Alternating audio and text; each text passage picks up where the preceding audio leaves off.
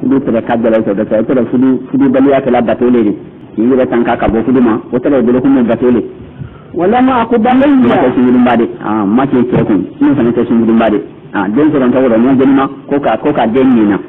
qal malaka kwaye kazaliki kwaye nyale ma qala rabbuk ma ka fo huwa hayy den dani kanu alayya ma alakan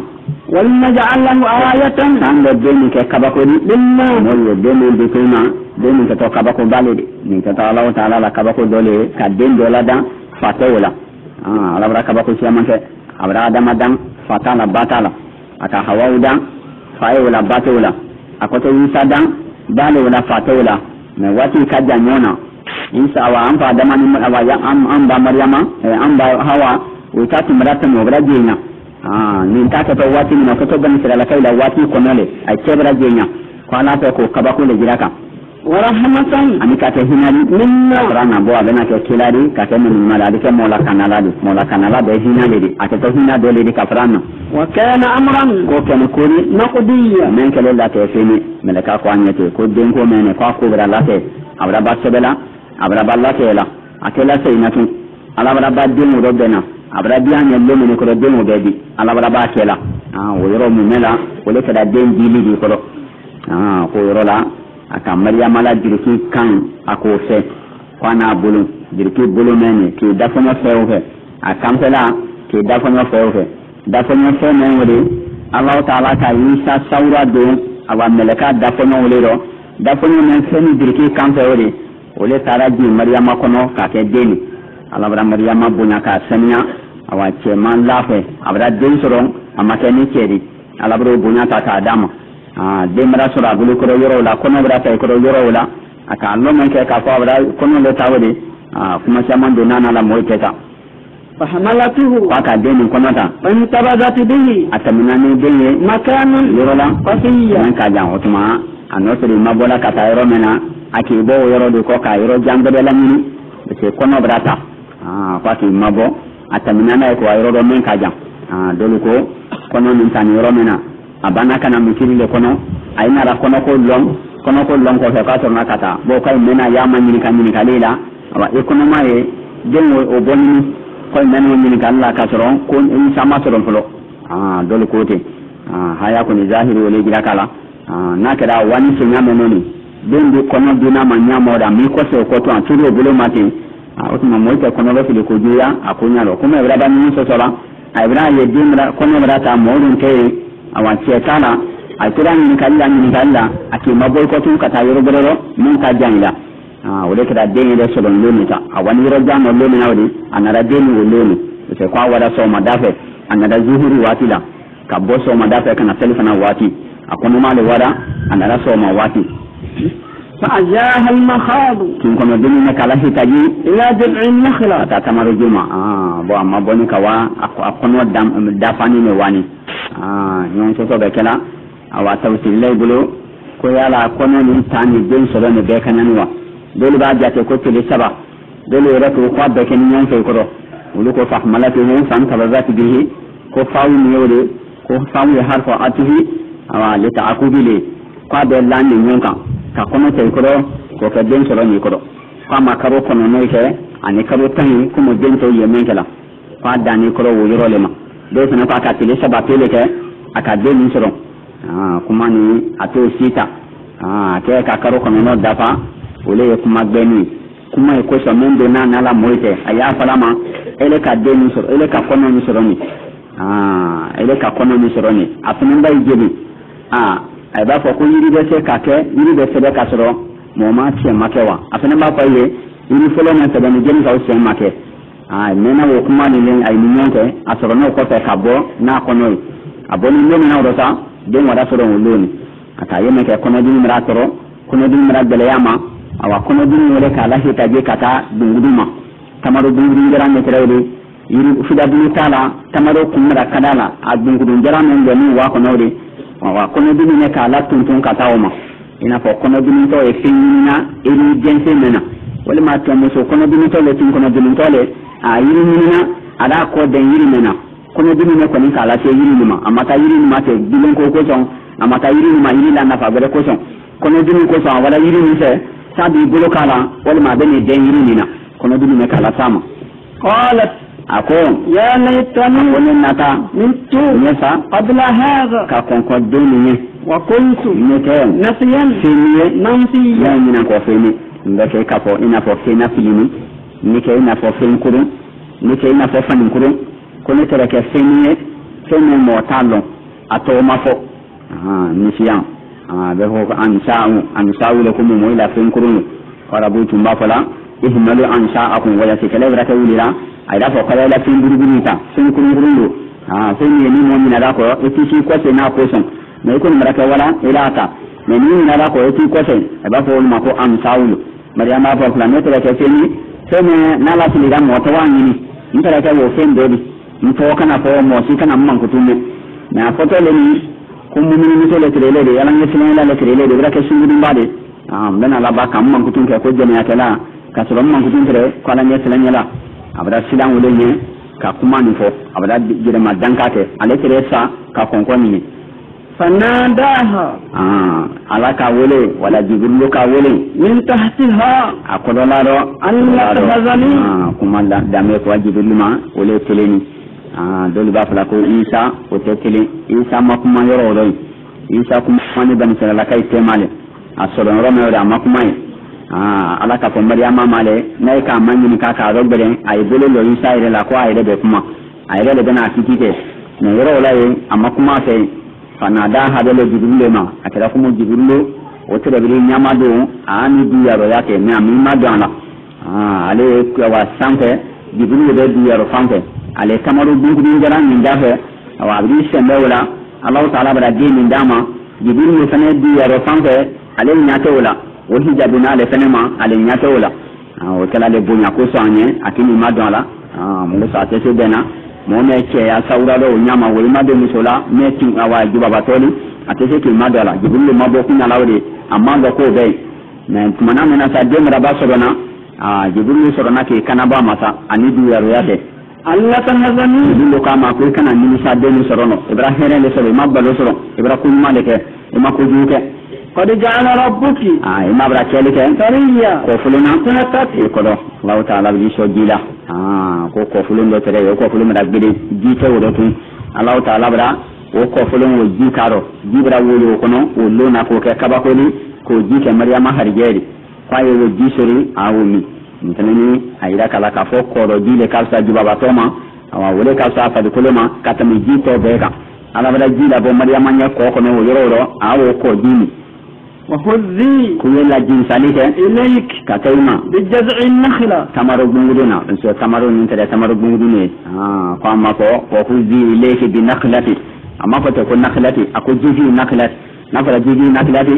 tamaru kumra kadala afidabu yoro mo bada kadala agbungudun jaran wole loni wole teleni awani sembela wole la ala fana ka demi ka dama ala ko ma kwa ye kamaro gbungudun wala jinsa ni be kabako ledi gbungudun ke se la jinsa la me ala bra jamare kwa gbungudun wala jinsa na ka bulo ke wala ala bana kabako to da fata ati bulo ke kamaro gbungudun wala kwa wala jinsa la aka ye fida bulu bra bola o fida bulu ke na bra bo aka ye fida bra bo aka ye demra ko la o bra mo ko be ke ni ko nyafanya awanya nyama kali ko kele anya bala yele ma ele manate tamaro ni maraka tamaro du kenele demra ko la to sa o be de liken alayki e kan o taban tamaro mola janiya tamaro mo men kene janiya yiri den kene amma fatan ku bi amaja ole janiya ni ay jate meno na kabila waturo be famo watila fa janiyu abela beliki ka tamaro monina men kene tawassilal ba fola fa Allah taala abran jamri bara lan yoro nay kotu ka ko kada maden ka kan ka bara leke ila harije yini bara do tamaro ju jaran ne tereni bulu tala dungudun jaran do ni man samun ka fida bulu ko la ka dinke wala ko lammo anara harije abra harije be ko la maryama ni na maso ka di maryama ma ko fo maryama ere yirjula mama ne brake bara di fo maryama ere bara leke ka ta kuma alabra harije ta kana jira kala men ta di mafu ta bara te fulo ka sen ta kana lo mo nya ko do kon ta di mafu bara te fulo ya bara te to men na di ma fara ka wole keni ka bra mo karane ni ko ka bara te mo kana na harije ni fu ya ni bara le do o tuma maryama abra yirjula ma irije de men kan wala alen no tawri irije sida bilina ko be kana de moni kala alen no to siri na sene kana ala bema ala ko ko fana ale re bulule ka irije la mama ka irije la mama irije de mi bulule tamalo de fen bulule kala ka bela kudu kana la Maryama dafe amma tamma ka ta irije kelenka ala kala wuli no doro allo barala atallo ro e ke barawli na irije re sila alema o farala ala lelata irije min be kudu da kana la Maryama dafe amma tamma ka kelenka yoro gorero fakuli yedamge washrabi ni akoro ay kamaru min damu ni sane jate de ka foni tamaro da yoro mena awa musoji babato akaka ni tamaro damu atara ke tamaro mo matan akene mo ni ne wori o fene be fa ya muso konoma ko ji o fene be fa ya konoma den de fene ni ko tu ken folo men kakan ka do konoro wala kakan ni tamaro ni fene wala irakala kila tero kala sallallahu alaihi ni den sorona aba ko kaye na tamaro de abe tamaro de ni ko ji ka da kono ken folo men se to den konoro o yake tamaro de do bato ile fene ko to min de mo wati o yake tamaro na paka boama kata me fen ko beka ani deire wa karri aina akuye la sumale ke nyala yinyala suma wali ma yinyala sewa karra ide ko dole ka fin suma aba fala ko sewa bato nyaji sumani fungulum bato nyaji kalama ala ko ma fungulum ba ji sugona nyaji la suma ko nyaji la suma dole ba ko nyaji be kalama fungulum bato sewa bato ko nyaji be kalama ko na kala taala bara jamaile aya ere mafa ji sukun sabati yorokle den ko ni kana kaina ko bala wonna to ko do wal mamma subhana to ko do den ko ni ke to heredi ale rati min la here mema ko ala kan wala falani hankini si fa imma tara inna ahada amma ni kam mo kele min al bashar abo fa de ko tiro faquli ya fo inni akone nazartu nabran dakanta lirrahman na mantanye sawma sunna ko fo ni kam mo moye no di mani ka o da fu nya ko no deni sorondi ya fo ti la monye ko nabran dakanta ala ne sunna daka meni su meni ni ko le makuni otuma sunu abe makun fenenta Allah taala ko sumra sebai kan sunu abe makuni ta sunu da mun baliya ni min baliyata ka fahawa bela deni to ni kan ko be ka be to abo fenenta ni rona amma kuni kelempele talaya ataya kwa te demi kala timina daka men tanabulo wole sundu ni kabokuma ma ni mo men ka foka e kuma ate kuma koni da sai ka isara ke ka ta dema na te kuma falan ukallima liyawma nte kuma mo fe insiya falan ukallima insiya nte mo kuma ne al-yawma bilona otuma o te kuma ni bo na ko nte mo kuma ne ate ka foka bra kuma ife woli abe awa kunya ko ni te kuma labe ile anyi kala mema na mo fiye akira kuma ma kuma otuma foli ele nyake ndoron ka foka ni te kuma labe o te kuma ni wote jate kuma de ni ka me kudura kuma mo fe ami ni se ni ko faranfa tanya wala to ko kuma ni ni ko faranfa tanya kila kuma kuma fe fatati bihi anara ni benye qawmaha aba moila tahmiluhu aden tala tara so madafe awasali kana wati kana anara aden tala abra den no ben kunima ka la fa ni lo abra la konkono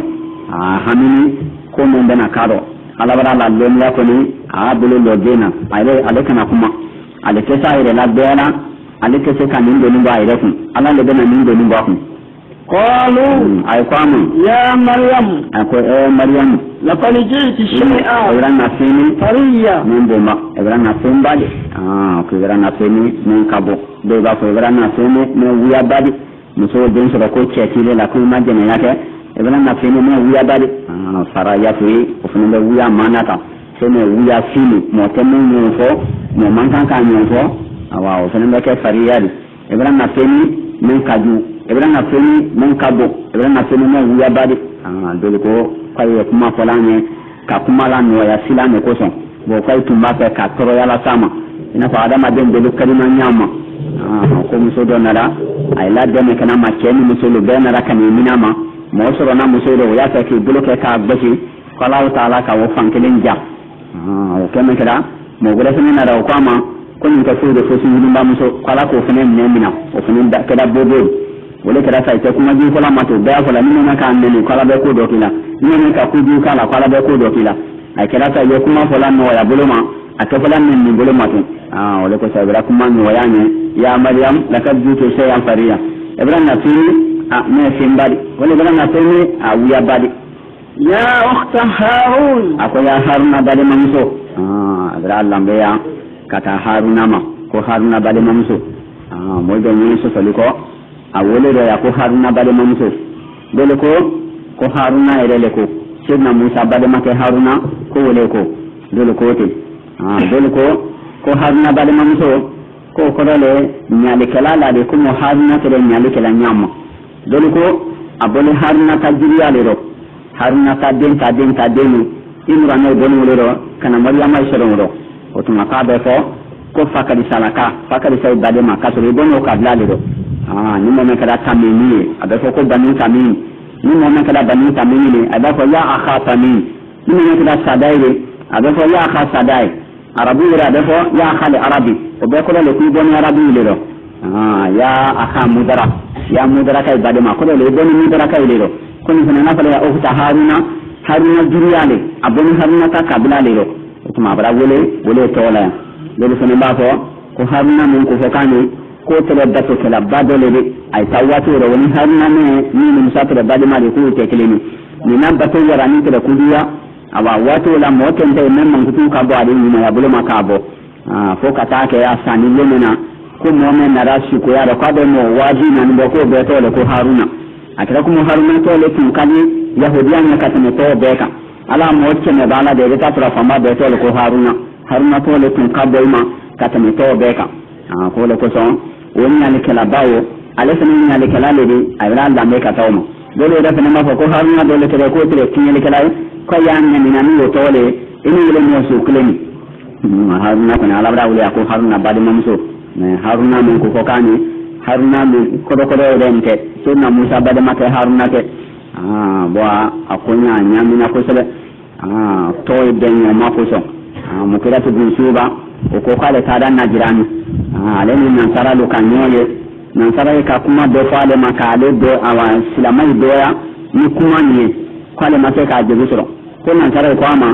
ko ta kara na ila kitaburo ko Maryama ya Haruna bade mamsole de ko ila ke wole folanye ko fonan teme ni nyon ko ka janko juya akira kuma e be kila awa kolombaliana aisha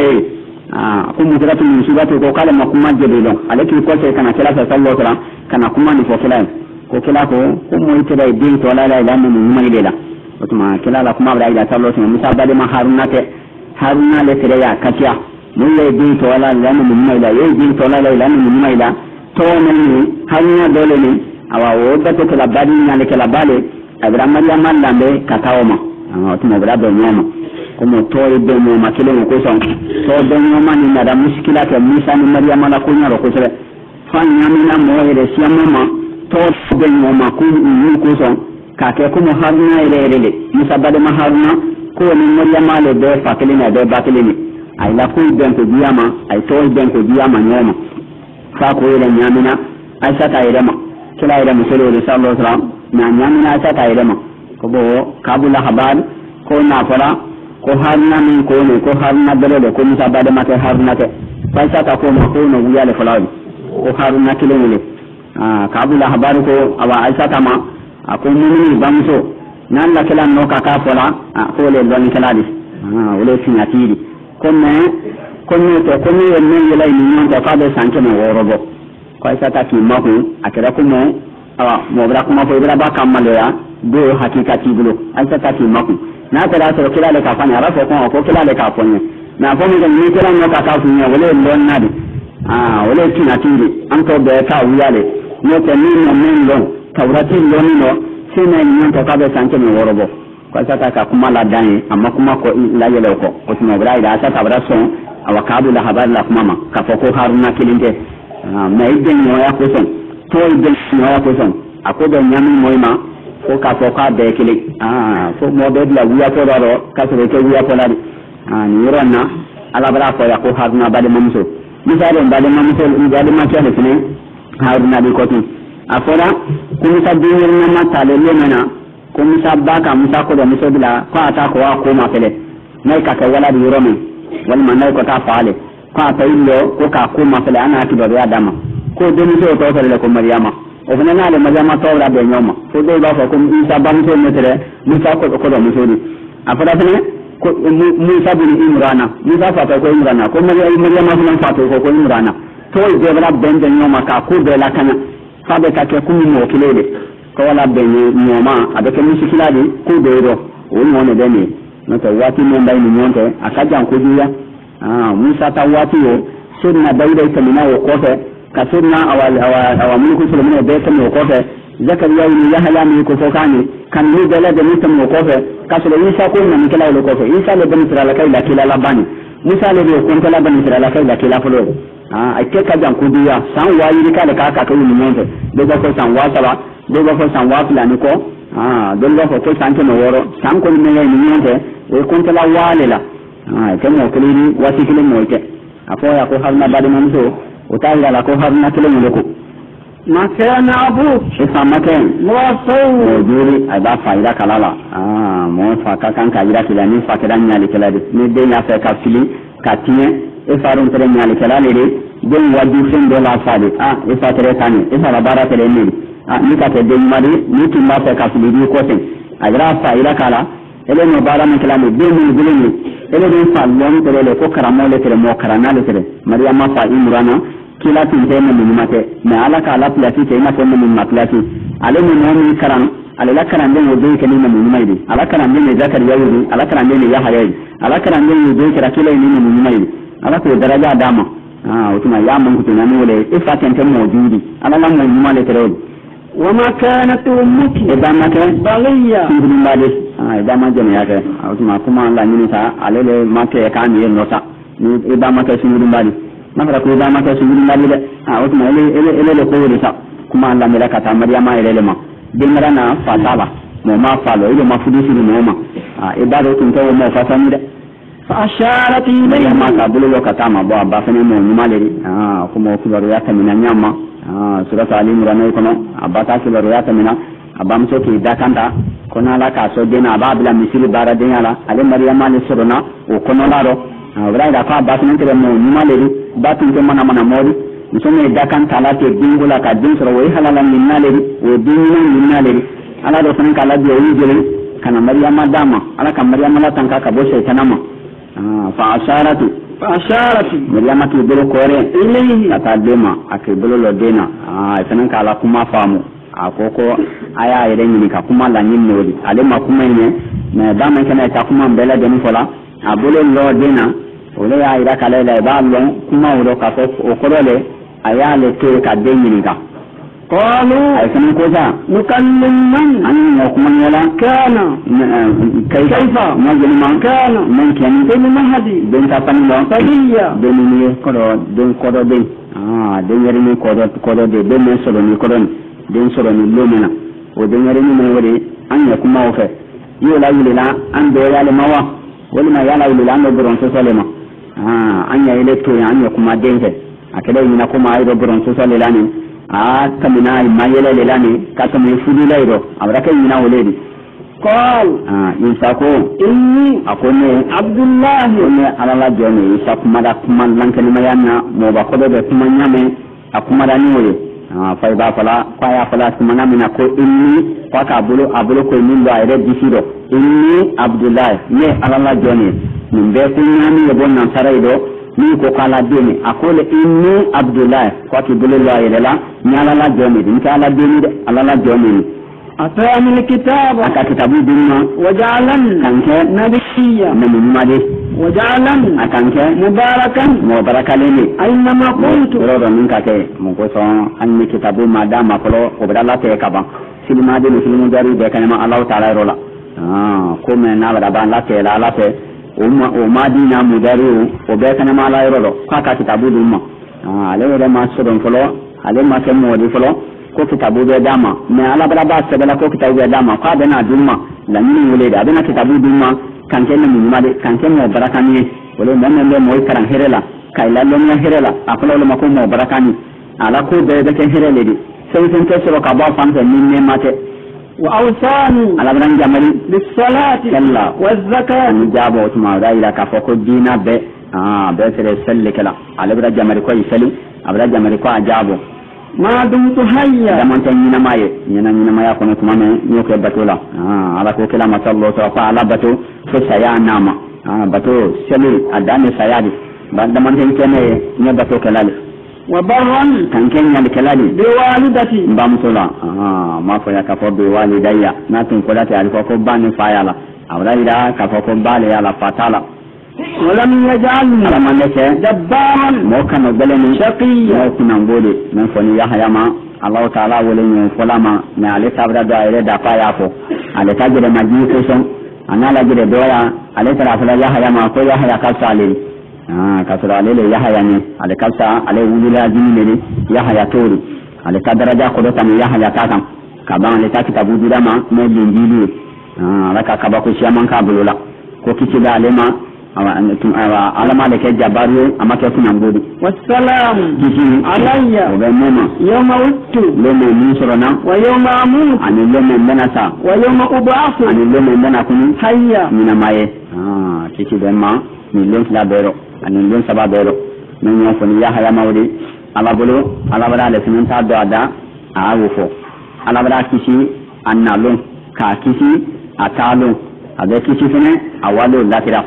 nin lon sababu se kana tima dala ate julu mun soro nin lon sabaro ate jangata soro nin lon sabaro ala wala la kici nin lon sababero afola ko den fito soro ko se kana yi hadari wo soro rodo adana deni no soso abulula ko le kala dena ka sikan folodi ko kana kala maryama di ana de isa ala ka fendo do se kana ni wite anara fa yi sola abulu wala damula ala ko kewinye amma ma wila nya susuma na ce kai wati na ce kai ai hankali yelama ala ka tanka ka boma abulu sima bashi wila mo sima bo do ko ala ka ce kana ko ninano fin bela no ya ce kana ne e ba ka soro na ana abulu maila de na la siya dunya ida na la wara de shi ke soro fale bulu ma wala fu yeso da alayna ale bulu yeso ma ذلك عيسى كما فني عيسى بن مريم مريم عليه قول الحق كنا فلك لا تنيكما لا انكو قول الحق اقول قول الحق ولا دوبا قول الحق عيسى ولي تنيكما دي وتما كما ده كوتي كتا عيسى ما على برا ولي كوني على برا ولي كوتنيكما تولي كو روح الله اتولي كنكو قول الحق عيسى ولي مريم عليه قول الحق ما تنيكما دي walma isa lo maryama de kawla le haki ne fole kala tinya kuma lela allahi nka isa le ma fi yamtarun yahud nan tare yin so solameno na tare yin so solameno wala na tare ni yahudiya yin so solameno o isa le yahudiya lo o ka na karika doya ka wake sinjuri bo wulu ko le lam awa hasibiya ko son ko den ta soro ni fatala wulu da ka kenya modeni nan tara lo wulu kan yan kele wi mabbe kankilema nan sara talara ka te kurupu nani beri